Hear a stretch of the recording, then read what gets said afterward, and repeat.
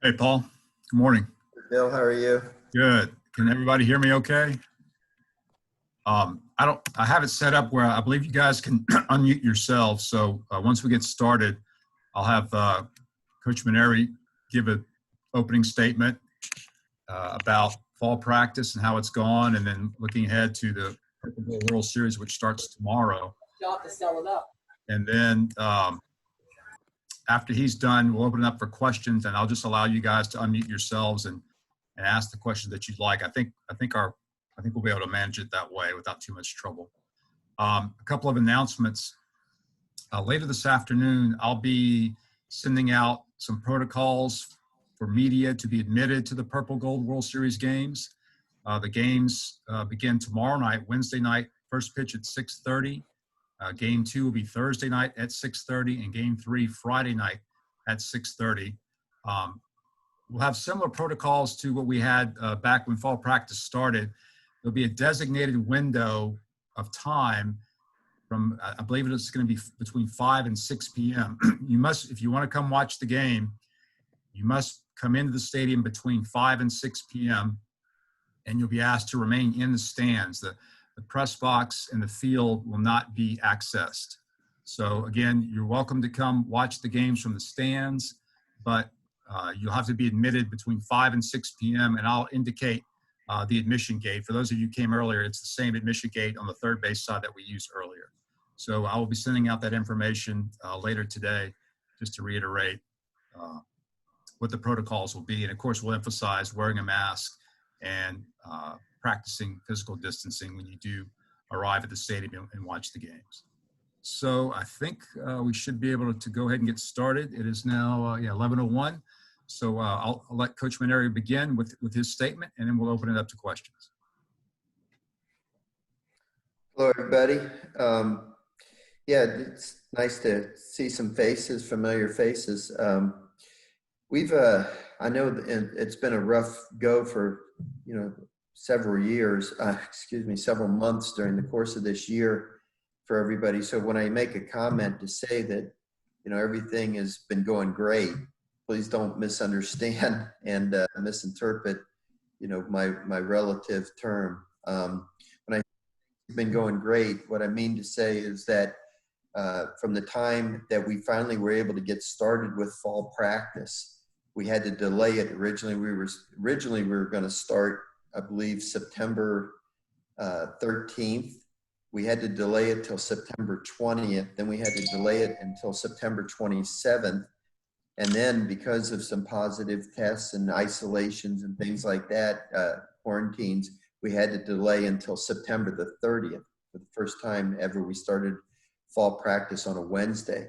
But from September 30th all the way through today, really, I mean, today's an off day because of election day, but through through November 2nd, we have not had a positive test. We haven't had anybody in quarantine. We haven't had anybody in isolation. We've had the entire team together without any kind of disruption, with the exception of, I think we had one rain day. We had started practice and it started to rain. We didn't get the tarp on the field in time, and it made the field unplayable. The weather's been beautiful for us. We're down to our last 3 days of practice, which will be tomorrow, Thursday, and Friday, which will be games 1, 2, and 3 of our Purple versus Gold series. Like I said, the weather has been phenomenal. We've gotten so much good work done. I'm just so thrilled that we were able to have a fall practice, and knock on wood that we get through these next days unscathed. We got an awful lot done, found out a lot about our team. We found out that we have some really outstanding new players in our program to complement the returning players that we do have. And I'm excited about this team. And I think this team can certainly make a run at it. And, if our pitching turns out to be as elite as I believe it is, I think it's going to give some time for some of these young players to really get acclimated to the college game, because we're going to count on some young players. And I think we got a chance to have a good, solid lineup with a great pitching staff. And it's I think that can lead to championship caliber baseball. All right, guys, if you want to unmute yourself and ask a question, you're welcome to. Hey, Paul, it's Wilson. Hope you're doing well. You mentioned those freshmen. Who's standing out so far and really impressing you? Well, really, from a position player standpoint, there's been 5 that have really jumped out. If we were going to start the season tomorrow, 3 of them would be in the starting lineup. And there's a possibility that a couple more could still make inroads into that lineup. I know that seems crazy to think that an established program like LSU could play that many freshmen, but that's how talented these guys are. Of course, everybody knows about Dylan Cruz. He received a lot of notoriety even before he arrived here, and he has lived up to the billing. He's hit a couple of home runs. One of them was an amazing blast. I think you were there that night, Wilson, if I'm not mistaken. 3-run homer that hit halfway up the video board in left field. I mean, it was an absolute blast. I think it measured about 457 feet or something to that effect. He had another one the other day against the wind to left field, and he hit it and he started to pimp it a little bit, and the wind was galing in from left field, and I think it hit in about the 3rd row of the stands. And so I was hoping it would hit off the wall to really teach him a lesson. But he hit it so good that it still went out of the ballpark. But it still gave me a good opportunity to make a coaching point with him. Don't get me wrong, Dylan plays the game really hard. He plays it the right way. He's been very accepted by his teammates. And he's made it very clear he should be an everyday player for us without question. The only question was going to be whether or not he plays center field or right field. And I think, that Giovanni has come along enough that he's going to get the opportunity to be the everyday center fielder. So we moved Dylan over to right field, and he looks really good there. The guy that has been the highlight of fall practice for me personally has been the first baseman out of Brother Martin High School, John Morgan, but he's John Morgan III, so everybody calls him Trey. And Trey has just played phenomenal baseball. In your coaching career, you've come across kids throughout, your many years, and something stands out about them. I'll bet you in my 40 years of coaching, or roughly 40 years of coaching, I've probably had 3 or 4 first basemen that have stood out because they're so good defensively at first base. You usually put just a good hitter at first base and hope he can catch throws that hit him in the chest. This kid is going to impact the game in a big way with his defense. He's going to pick balls in the dirt. His footwork around the bag is amazing. He's long, like they describe basketball players sometimes when a guy is driving the key and he's got that wingspan. He's got that wingspan where he can reach and stretch for balls wide or above his head that a lot of kids don't get to. And he's got the athleticism to keep his foot on the base. How often have I talked at a press conference about how great a first baseman was defensively? So you can imagine how, rarely I've done that. So you can imagine, just how impressed I am by this kid. And oh, by the way, he might hit 3-hole for us too. He's as tough and out as we have on the team. He's hit the best pitchers. He hits with 2 strikes. He hits in the clutch. He's also a very good base runner. You say, what can't this kid do? And honestly, I don't really see anything that he can't do. He looks like a future major leaguer to me. And I think we're very blessed to have him there. And he's done such an amazing job that it encouraged me to take Cade Beloso and try to find another position for him. And Cade, by the way, has come back, and this is 3rd year in the best shape of the life that I have known of his life in 3 years. He's much more agile. He's faster runner. So we've moved him to left field in hopes that he can go out there and be a serviceable left fielder, very much like Ray Frimes. We moved him to left field, and he worked so hard and became a good left fielder. And I think Cade can potentially do that, which opens the door for us to be able to play Trey Morgan at first base. The third freshman that's really jumped out is probably the littlest freshman, a kid by the name of Will Safford. He's from U-High. Will is the best way for me to describe Will, and this would go for people like Lynn and Kevin and William and all the people who have been around here for several years, Jeff, is he's a left-handed hitting Tyler Hanover. He's undersized, but he's a baseball rat. He just loves the game. He's going to get down and dirty. He's the ultimate hustler. He plays the game 100 miles an hour with his hair on fire. We put him out in center field for a while. He was a high school shortstop, by the way. We put him in center field for a while, and he could play center field for us. Not maybe quite the range that Giovanni has because of Giovanni's amazing speed, but he hustled and made some great catches in center field, but we moved him back into third base. Everybody that's been around me long enough knows how much emphasis I place on third base. I think it's the most underrated position on the field. And Will's just one of those kids that's going to stick his nose in there, and if the ball's hit 100 miles an hour off the bat, he's going to throw his body in front of it, knock it down, and come up and, throw a missile to first base. So, it's not a prototypical third baseman, but he's stood out. He's at the plate. He's a lot, like I said, left-handed hitter. He can bunt. He uses the whole field. He's got surprising pop in his bat. And if we were going to start the season tomorrow, he'd be in there. Now, the other 2 freshmen, Wilson, Jordan Thompson, has at the beginning, he played really well. Then he went through about a lull for about 10 days. And then I moved him back to shortstop off third base, and he's playing great again at shortstop. He's really played well the last week. He's, I guess, kind of relaxed and gone back to a position where he's more comfortable. He's played all his life. And he's played much, much better. And Brody Drost has had his moments, left-handed hitter, outfielder from Barb High School. There was a time earlier this fall where I would have thought Brody Drost would have been a lock for being in the starting lineup, but he cooled off a little bit. Other guys have played well. We've made some moves with the outfield, but I would say that Brody is still very much in the hunt to be the starting designated hitter going into the season. So it's quite possible we could have as many as 4 or 5 freshmen in our starting lineup pretty early in the season.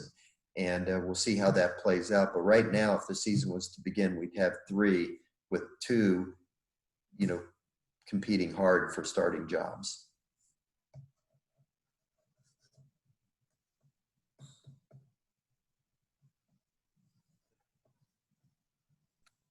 Everybody's on mute. You're muted, Lynn. Technology kills him, Coach. All right, here we go. Can you hear me? Yes, I can. Okay. Based on the last 4 or 5 weeks of quote normalcy, and that's wonderful news that things are progressing as you hope they would. Is there any way, I know you're thinking ahead, you always are, about projecting to, okay, we're coming up on January, then we're coming up on February, and then we're going to start playing the season. Are there any suspicions or any super concerns you have that, hey, there is something out there going to grab us and pull us back, or based on what you've seen the last 4 or 5 weeks, we've got a real chance if we remain vigilant to make this happen like we want to? Yeah, well, I'm always the optimist, Lynn, and, I've pleaded with the kids to make sacrifices.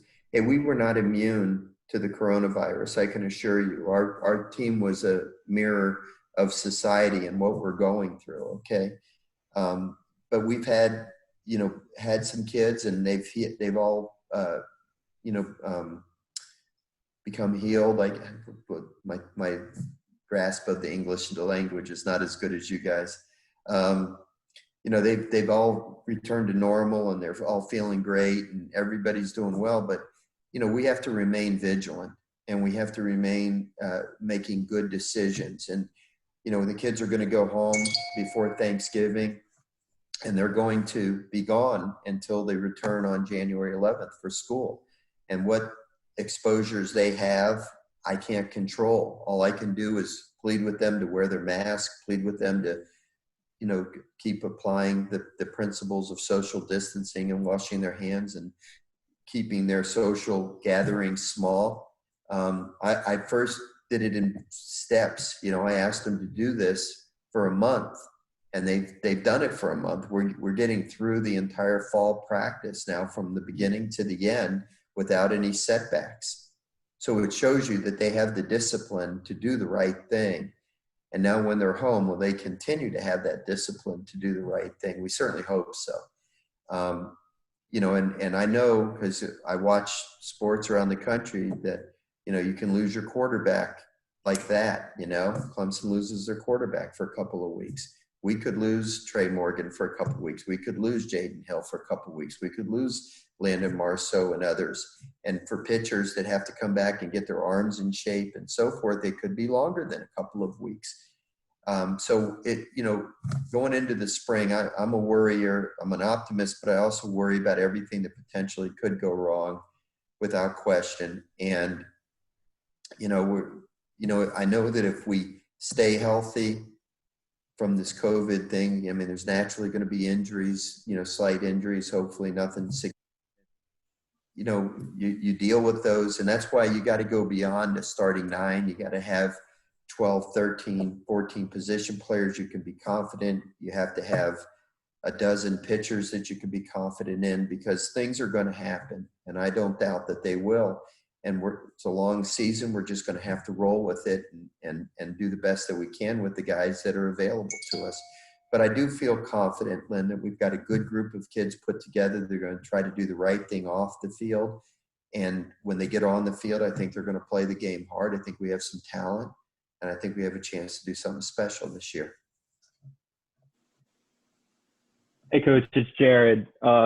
We've been looking at all these stats that these guys have been putting up through all these scrimmages, and it just seems like Landon Marceau has really been throwing it very well. It looks like he only had given up maybe 1 run over all of his appearances. Has he taken like another jump to where he's like even better than he was last year? Or do you think he's just really keeping it consistent with what he was performing with last year? Well, I thought he was pretty good, Jared. That's a great question. I'm glad you brought him up, because along with Trey Morgan, Landon Marceau has probably been the highlight of the fall. And to be honest with you, A.J. Levis isn't far behind him, okay? Both of those guys have pitched tremendous baseball this fall. And we saw a big jump with Landon from his freshman year to his sophomore year. I don't know if you can say it's a huge jump, because he was pretty good last year. But last year he came up with a knockout slider, and that slider has been virtually unhittable this fall by our own guys. They know what's coming. They still can't hit it. And his command with his fastball has been outstanding. His changeup has continued to develop. And he's older. He's more experienced. He's more confident. He knows what to expect. I mean, Landon Marceau is pitching like an all-SEC pitcher this fall. And he's been going against some pretty good hitters. I mean, our best hitters have struggled against Landon Marceau. So that tells you that he's ready to go and be a real force in the SEC this year. So one of the things we're going to do, and Bill, I've been busy this morning, so I didn't get to see your press release, but I don't know if you sent out the lineups and how we're going to do it this year. Yeah, I have not yet, Paul. Okay. Well, can I give him a bit of a preview of how we're going to do the purple versus gold? So listen, things are fluid and we know that. Okay. But we put together a lineup for fall ball that we think if today was opening day, this would be our starting lineup. Now it can change. Now I'm not saying this is etched in stone. And what we're going to do is pitch against that team for the other. I think the gold team is that team that would be considered quote unquote the first string lineup. Okay. The purple team, 3 starting pitchers are going to be Landon Marceau, Jaden Hill, and AJ Labus. And the bullpen is going to be all the veteran bullpen guys, Matthew Beck, Devin Fontenot, Mikhail Hilliard, and so forth down the line. So there's 9 pitchers on each team. So the 9 pitchers that'll be pitching against the number 1 lineup, along with 3 starting pitchers, will be our top returning pitchers, okay, and our starting rotation.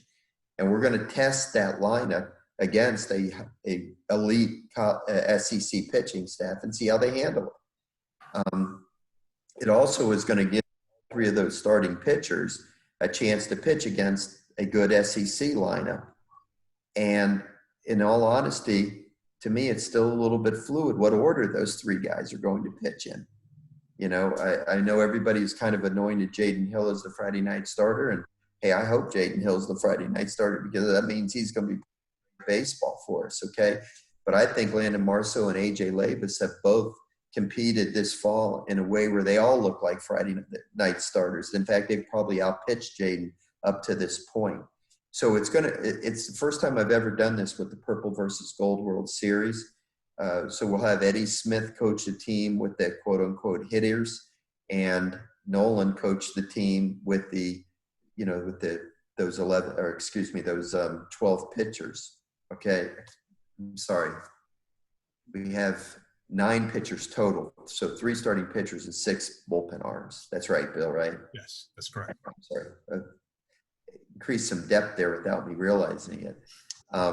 So, I think it'll be a good matchup. We'll see if great pitching beats great hitting, or if this will be the time when great hitting will beat the good pitching. Either way, I'm not going to panic. I'm going to be excited about whatever happens, because I think it's going to show real well for one phase of our game. Just don't know what that phase of the game. And that's not to mention that the freshman pitchers that are pitching for the gold team aren't going to be able to work their way into vital roles. Some of those freshman pitchers, and, I haven't talked about them yet, but there's been some freshman pitchers that have really stood out as well, much like Trey Morgan and Dylan Cruz and Safford and Drost and Thompson have. Guys like Garrett Edwards, Will Helmers, Ty Floyd.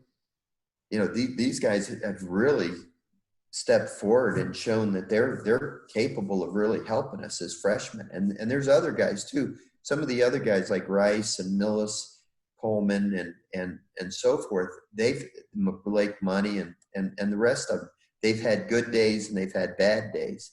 But Garrett Edwards, Helmers, and Floyd have been pretty consistently pitching at a high level. So those guys are going to have a chance to earn their way into a very vital role this week. And the hitters that are on the purple team, you're still talking about Gavin Dugas, Brody Drost, Jordan Thompson, Bianco, Jake Wyeth, there's still going to be a lot of guys on that team that are going to have vital roles on our squad in the spring as well. So it's going to be a good, exciting three-game series, and I'm looking forward to watching it. 3 7-inning games. Coach, this is projecting ahead a little bit, and I guess the question is impossible, but we haven't seen a season this fall in any sport be scheduled normally. When you're talking with your colleagues at other schools, at this point, do you anticipate the full 56-game schedule and the normal start times, et cetera? Well, again, Lynn, a great question. I don't have the answers for sure, of course. Nothing's been decided. I think everybody knows I'm on a committee with the SEC where I represent the baseball coaches, the softball coaches on it as well. And then Ray Tanner and John Cohen, former baseball players that are athletic directors, as well as some administrators. And we've been talking about all kinds of possibilities. I did just get word today that the Atlantic Coast Conference has decided to have a maximum of 50-game schedule for baseball. That's significant because, a lot of people think the ACC and the SEC are the two top baseball conferences. And we actually are scheduled to open up the season with Notre Dame, who plays in the ACC conference. Now, in my communication with the Notre Dame coach this morning, he still is planning on coming here for the opening weekend series. They would play us once and Army and Air Force one time each. So those 3 games would count as part of their 50 games. Originally, when I heard that it was cut to 50, I thought maybe they had cut out the first 2 weekends of the season, but that's not the case. They're allowing their schools to schedule however they wish within the NCAA parameters of February 19th being opening day, to the end of the season. But Notre Dame sounds like they're still planning on coming. I've not heard from Army or Air Force anything different from them. The second weekend, we have scheduled Cal Riverside. I have not communicated with them. And I purposely, because there's all kinds of rumors that they were talking about dropping their entire athletic program for a while. We have not heard anything since then, and I'm at some point going to reach out to them. The third weekend, tentatively, we have Oral Roberts scheduled to come in. I've not had any communication with them about their plans. The fourth weekend, we have Illinois coming in, a Big Ten team. And, of course, the Big Ten was not planning on playing football. They then decided to play football. The Big Ten has typically done what they think is best for their member institutions. I don't know if they're going to allow Illinois to come down here or not yet. So I got to find this out here. Lynn, I believe that athletic directors across the country have been 100% focused on getting through this football season. And then I think they've turned their attention to basketball now. And I think we're probably within the next week or so, but they're going to start turning their attention towards the spring sports, including baseball. And I think over the course of the next couple of weeks, we're going to have more definitive answers about it. But as of right now, our plans are to play the schedule as normal. Thank you for that information. Paul, you were talking a little bit about Jaden Hill. Has he been able to stretch out like y'all wanted him to do this fall? And how has he pitched when doing so? Yeah, he's pitched 4 innings one time and 5 innings one time, and actually pitched better towards the end of his outings than he did at the very beginning, which has been the opposite of the way he's been before. He comes in normally, starts the game and has very electric stuff, and then there's a little bit of a drop off. His last outing, he struggled a little bit at the beginning, and then by the 5th inning, his velocity was up, his command was up, everything looked better.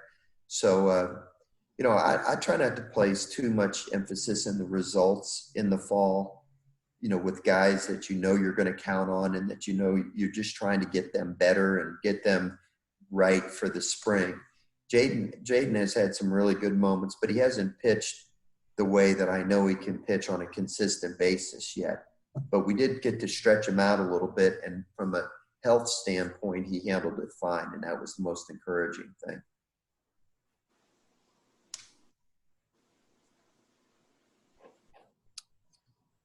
Hey, Coach, it's William, Tiger Rag. How you doing? Hey, William, how are you? Along the lines of the scheduling, I assume by now you've seen or read the parents' letter to the SEC office, and I want to just kind of get your thoughts on the potential impact or influence of having this unified front. Not only your parents, but all 14 teams want to see their sons play baseball a full season. Just to get your thoughts on the potential impact of that getting to the conference's hands. Well, in all complete honesty, William, I don't think it was really necessary. I didn't know anything about it. I didn't know until after it had been done. But I know the way that Greg Sankey has felt about things from the get-go. He has made it extremely clear to all the baseball coaches that it is absolutely his intention to play a full baseball schedule this spring. I don't have any doubt that we're going to play a full schedule in the spring. Greg was the one that stuck his heels in the sand and said, we're not going to make a rash decision about football. And I think he's turned out to, it's shown that he's done the right thing there. And he's had the same attitude about baseball, quite frankly.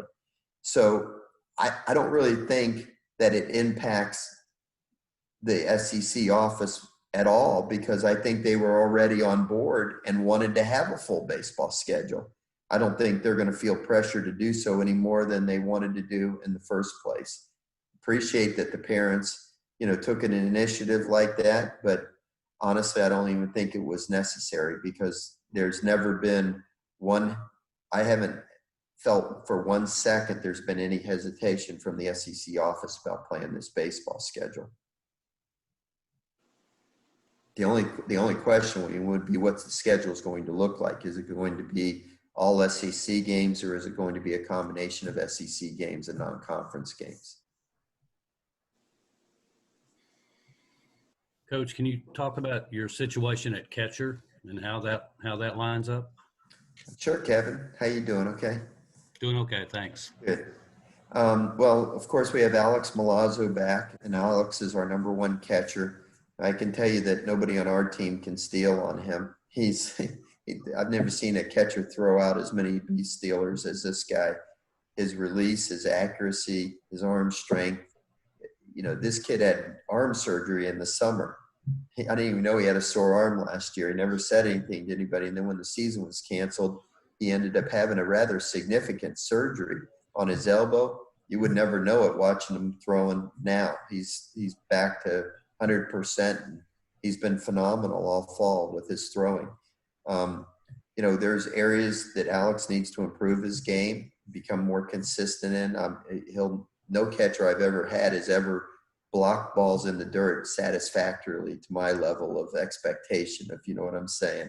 So I'm constantly pushing him to be better at that. And Alex is going to be a scrappy hitter. He's not going to be, a guy that's going to go out and hit 360 for us or hit 15 home runs. What we need him to be is a really tough out and do some little things that add up to make a big difference. Hitting the ball to the opposite field, dropping a bunt down, sacrifice bunt, hit and run. He's a really good base runner. Runs better than you think he does as a catcher. But he's got those quick twitch fibers, and he's got those quick actions. And but he's in there primarily for his defense, and whatever we get out of him offensively is going to be lagniappe for us. Okay. Hayden Travinsky, who we had anticipated would be our second catcher, has missed the entire fall because he had knee surgery last March after the season was canceled. It must have been in April. He had a torn meniscus in his knee. He's been back hitting on his own. He's not done anything catching. It was a very similar injury to what Saul Garza had to deal with a couple of years ago. So he hasn't been able to participate at all in fall practice. Jacob Wyeth is a junior college transfer that we had come in. And Jacob has done some good things. He's a wonderful young man. He's got a great attitude. He's a real team guy. He hustles like crazy. He does some good things behind the plate. I was surprised at how well he throws. He's thrown some base stealers out this fall. And usually that's the one area that you find it's hard to find with catchers. And yet Jacob has stepped in there and done well. Some of his receiving skills, I think, need some work, and he's working on them. He's got some occasional power. I wouldn't say he's a great hitter, but on a given swing, he can do some damage. He's going to hit some balls in the gap and hit a ball out of the ballpark once in a while.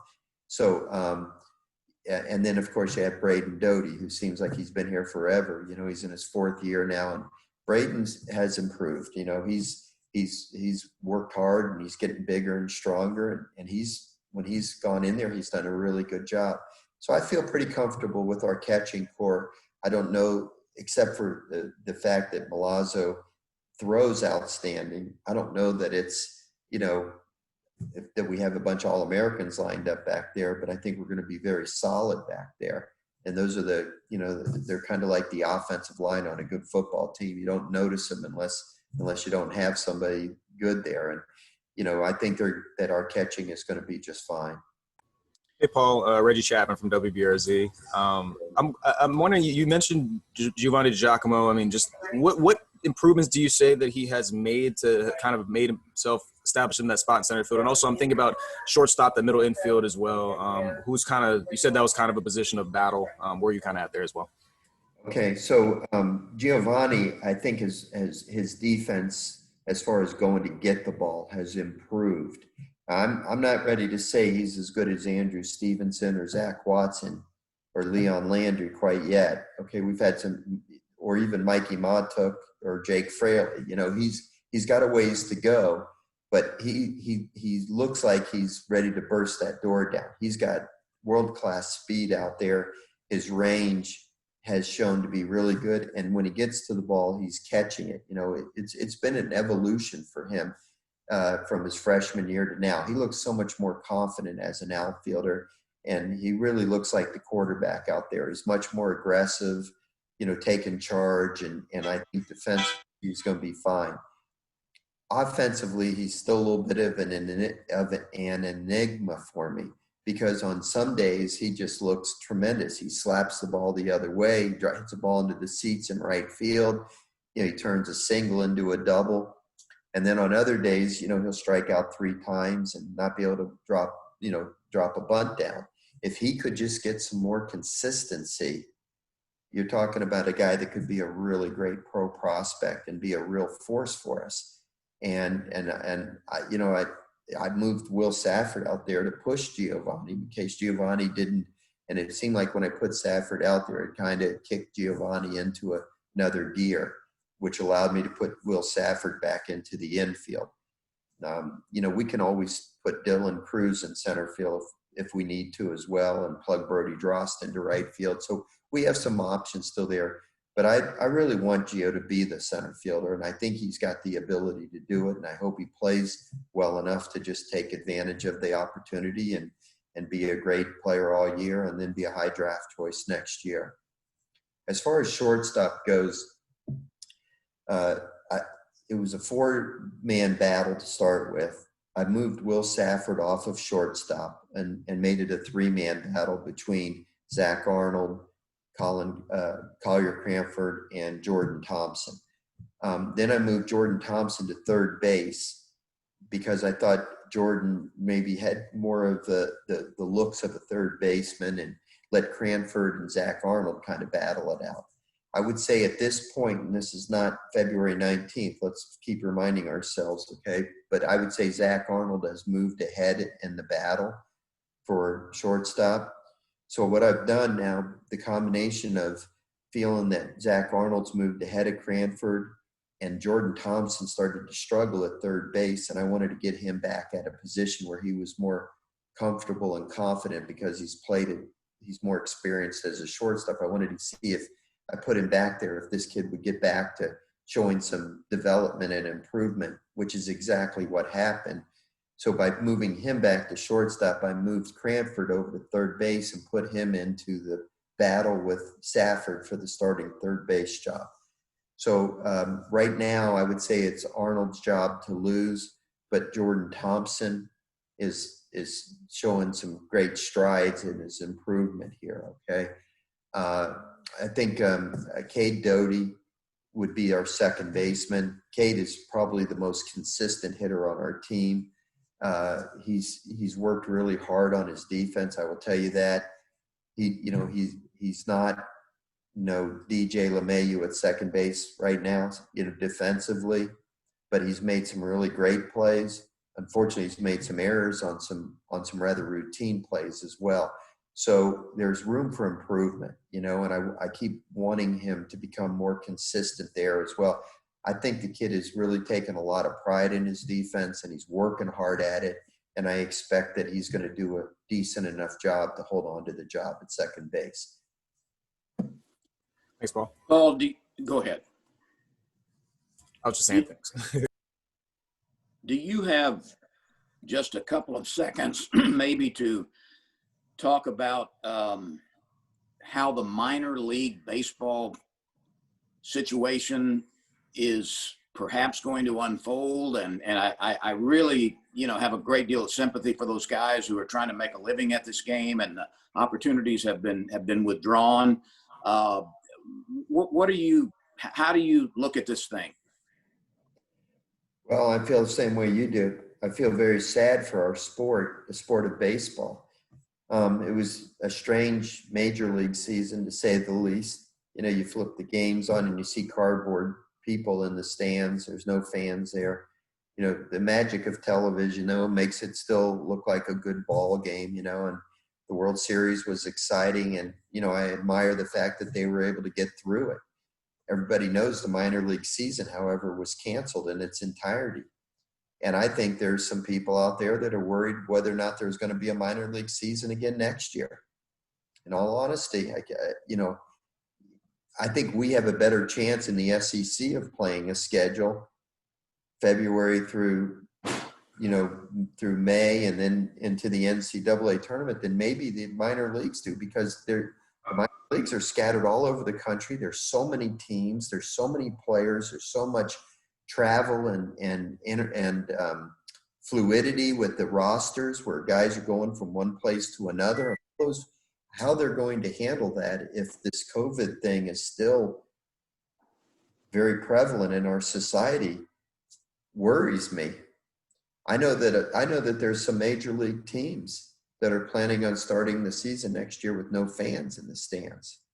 That's April, and so if the major leagues still if the major leagues still don't have it under control on how they can handle it, how are minor league teams scattered all over the country going to be able to handle it? I hate to sound like a pessimist, but I worry about it. Well, and then when these youngsters can't play, I think of Josh Smith, I think of Greg Dykman. I talked to Kramer Robertson the other day. Kramer was a injury or a positive COVID test away from getting called up to the big leagues this year. He was at the alternate site for the Cardinals, and he was ready. And he was going to be the next guy to go to the big leagues if somebody got sick or got hurt. It never happened, so he never got there. But what if they don't have a minor league season for Kramer to play next year? What if Josh Smith has another year of not playing? Cole Freeman, Dykman, Lang and Hess and all those guys, you just feel, and then those are just, our players I'm talking about. What about, the game, the health of the game as a whole? I'm worried about it, Lynn. I am, I'd be honest with you. But, at the same time, I've always thought that college baseball was the best route. Maybe it's going to encourage more kids from high school to come to college first. And maybe it'll continue to strengthen our game and allow us to hold on to some players. And, and maybe in the long run, that's going to be the best thing for those kids. Do you have any insight about the draft for next year? Mm-hmm. Well, I think it's going to go back to probably 20 rounds, maybe 30 rounds. I know it's going to be later next year, which I'm glad it's after the World Series, but it's a little bit later than we had hoped it would be. I think they're scheduling it for like July 13th or 11th or 13th, something like that. I can't remember the exact dates, which is going to put a little bit more pressure on us because we may not know our final rosters till a later date. And if you're scrambling to try to fill spots that you lost guys to the draft, it's going to make it even more challenging than it's ever been. But you can't have your cake and eat it too. If you don't want your players being drafted during the season, you're going to have to deal with things like that as well. So That's what I've heard, Lynn, but I don't have any more access to information than anybody else does that's read about it in media outlets. Thank you.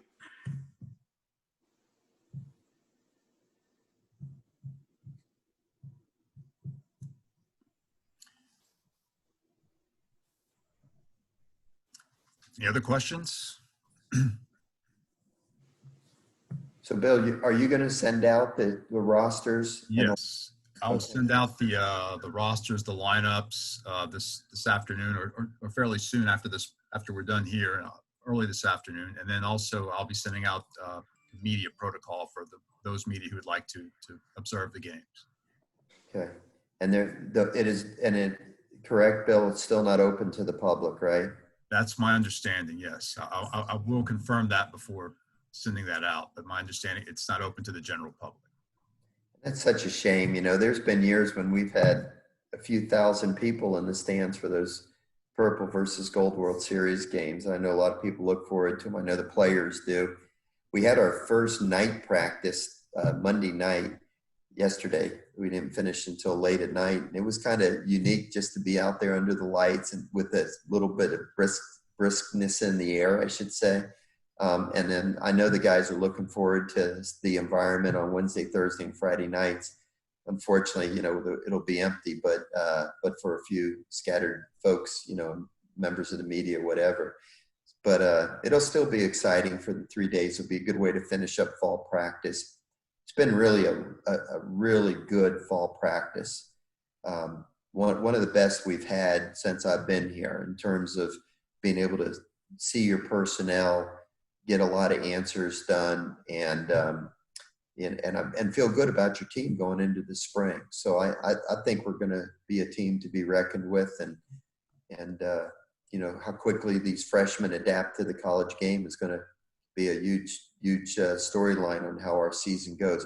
But I think they're unique freshmen. I think they're going to be able to handle it. I really have very little doubt that these guys are going to step in and make a big difference. And I feel very strongly that the combination of having young position players with a veteran pitching staff is a good combination. You know, they're not going to have to score 10 runs a game to be able to win a game when you have such outstanding pitching going out there. And I think that's encouraging and gives us a lot of optimism.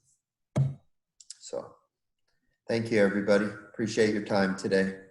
Thanks, Paul. Great. Thank you, Paul. Thanks, Coach. Go vote. Go vote. That's right. Go vote. Oh, I'm leaving right now. Bill, quick question. Yes, sir. Are we going to do anything like this after the games, or how is that going to function? Yeah, Wilson, I haven't fully explored that yet, but I'm gonna look into that and see what we can do.